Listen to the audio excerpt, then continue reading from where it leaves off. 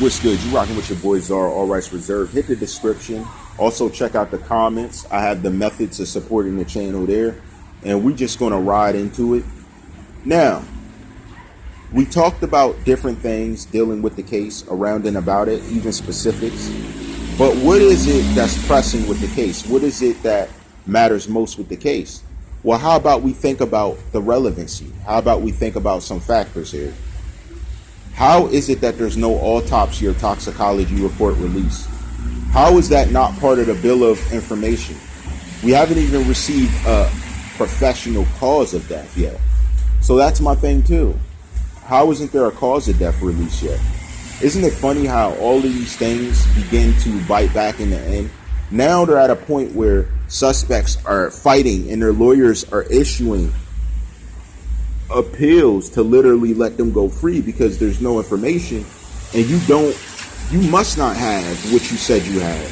That wouldn't be possible, because it would be impossible for someone to disprove DNA, to disprove toxicology or an autopsy report that reveals the cause of death. So how is this not relevant yet? How has this not come to the forefront yet? Well, we can look into many factors, but all we know for a fact right now is that not only is it not present, but we haven't heard any word of it, or else they'd be flossing it around to make sure these suspects knew that they had no way to get free or even stand in a position to get free. So from this start, did investigators drop the ball? That's what the question is. As I said earlier, did the investigators, the way they went about their investigation, their interrogation, their means of collecting evidence, did this ruin the chance of prosecuting people that are alleged to have done this heinous thing to Tentacion? That's just the point of speaking. Let me know in the comments below what you think in detail, but here's what I'm saying. This is why I asked that I'd rather continue with that, because I have certain messages from Victor that allege he was not just a fan of Tentacion. Matter of fact, that not only did his supposed girlfriend and a friend of hers attend Tentacion's concerts, they were well aware of the individual that was an ex-girlfriend of Tentacion that is now deceased. Is this true or is this not? If this isn't true, I would love to hear all the information that proves against it and proves that's just a myth. I would love to hear that, because that would lead it somewhere else. But that is why an autopsy would need done. And one other thing, objectively, is it possible Victor was riding with Tentacion at all? Is it possible he was following him around because he was with him, but when something happened to him, he stood there and played a witness? Is that possible? Is that a possible feature? That's what I would like to know. Is this a possibility? Because many people say expect the unexpected. Nothing's impossible. These type of things have been said around me at many times. I've learned these things many times. If that's true, is it not possible, or is there factors to prove against it? Again, objectivity is always defeated by realism. It's always defeated by what's truth. Where's the truths and where's the lies? Where's the gray areas? I feel like we've addressed every single gray area in this case. And that's why revisiting is required. Because now a guy who was a supposed witness, when I gave out a name from some evidence I had that I didn't even know was true, but knew was true to an extent of by word of mouth by a person, and not only does it turn out to be his first name, but they also indicated that there was more shadiness around this supposed witness than was available and people were even speaking on. Does this witness have more to do with the situation at Riva Motorsports than anybody else? Is he held closer to the relationship of people and closer to the circle of Victor than anyone else? Do we know this to be a truth? Do we know this to be a false? Is it false/fiction? Or is this just dictating a situation in our own allowed view, but not what truthfully went on? Because he's been quiet since, and he pulled down a lot of stuff he had up, as well as the news anchor, who also got a substantial amount of followers from the situation. Is there some type of dampened area? Is there a lack of truth involved? Where is the truth and where is the lies? What begins which? That's my problem, and that's my issue with this entire case. Where does the variability set in versus what we know to be the truth of what was going on? Where does the situation fall into being objective, variable, and up for grabs versus being exact, specific, and to a point? Because our issue now is that there's a lot of people saying things and we can't seem to back them. I went through many different parts of the case according to many different public release documents, public release records, public statements, public information and news, commenter nation talking on different things, us bringing up good points, looking at the photos, looking at Riva Motorsports objectively, all of it objective, looking at the suspects objective, looking at the case. The case is still at step 3 because a bill of information has not been produced to detail and dictate exactly how certain things were done. Another pause point, another issue in the case. Where is the truth going to begin and where do the lies stop? That's what we need to know. Where are the truths, where are the lies, and where are the gray areas? And where does the investigation, information, and evidence fit into it?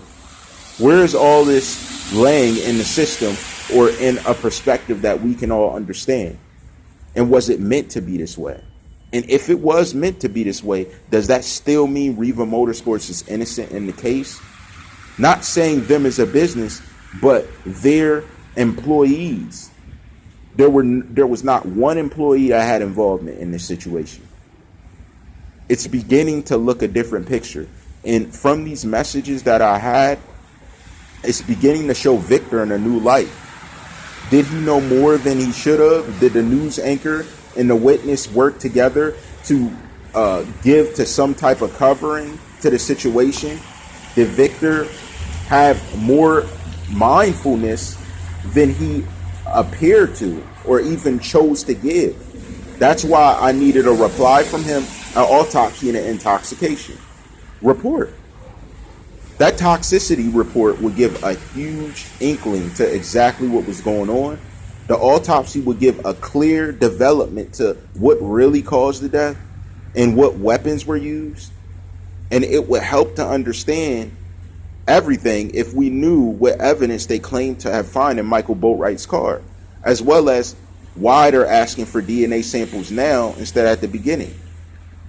You know what I mean? There's still more crime going on around as they're developing this situation. And eventually it's going to cover up the whole topic. And then they're going to come out with a complete registry of exactly what happened in their way, shape, and fashion that fits to their perspective of evidence to try to get a conviction. Otherwise, they know men are going to walk. Especially the ones they did a manhunt for. They spent all that money manhunting. Then they had 2 people they picked up earlier. It all leads back into a circle. That is why the evidence must be clear and concise and probable cause must be relevant. What was the probability of them not entering the witness, first on the scene individuals, and everyone into an interrogation room to figure out what happened, but they jumped straight to the conclusion to chase these 4 men? Now, this is not saying they didn't have or did have anything to do with the situation, less looking at the what, the why, the how they did. Was there a passenger? Simple questions that video and simple forensics and surveillance should be able to answer. I do not see any implications that it was done in a way to prevent this type of evidence or knowledge being gained. But what I do see is a lack of effort in how it's being developed and how it's being gathered. That's my whole factor. That's why these 3 critical elements are very important. I don't get how it's being left out. I don't get how anybody's being convicted without a direct witness to give direct evidence or circumstantial evidence to even lead to who held the gun other than speculation and hearsay. That's the scary part about this. Is this what's really going to happen? Does this show the degradation of authority, that social media is where the leads are taken, and that social media pioneers are the ones that's going to begin to develop the knowledge that they're missing on. I mean, you got decades and decades of knowledge tied up in investigating a scene where so many mistakes were made that it looks like there is going to be no one held accountable. And if the men did not do it that they have, they shouldn't be held accountable for something they didn't do. But I don't get how a witness that throws stuff up on social media slides off the scene, a news anchor slides off the scene, but you grab up 4 men we didn't see a face or a name until you started dropping photos, snippets, supposed videos. It's a lot of, let's say, unpredicted evidence, a lot of unpredictable situations. Is this the way that we're going? Is this the way that media should have developed? Is this fair? Let me know in the comments below. Shout the commenter nation. Hit the description. Support the movement. Give to the movement. Do everything you need to help the channel rise. And you know how I rock. All rights reserved.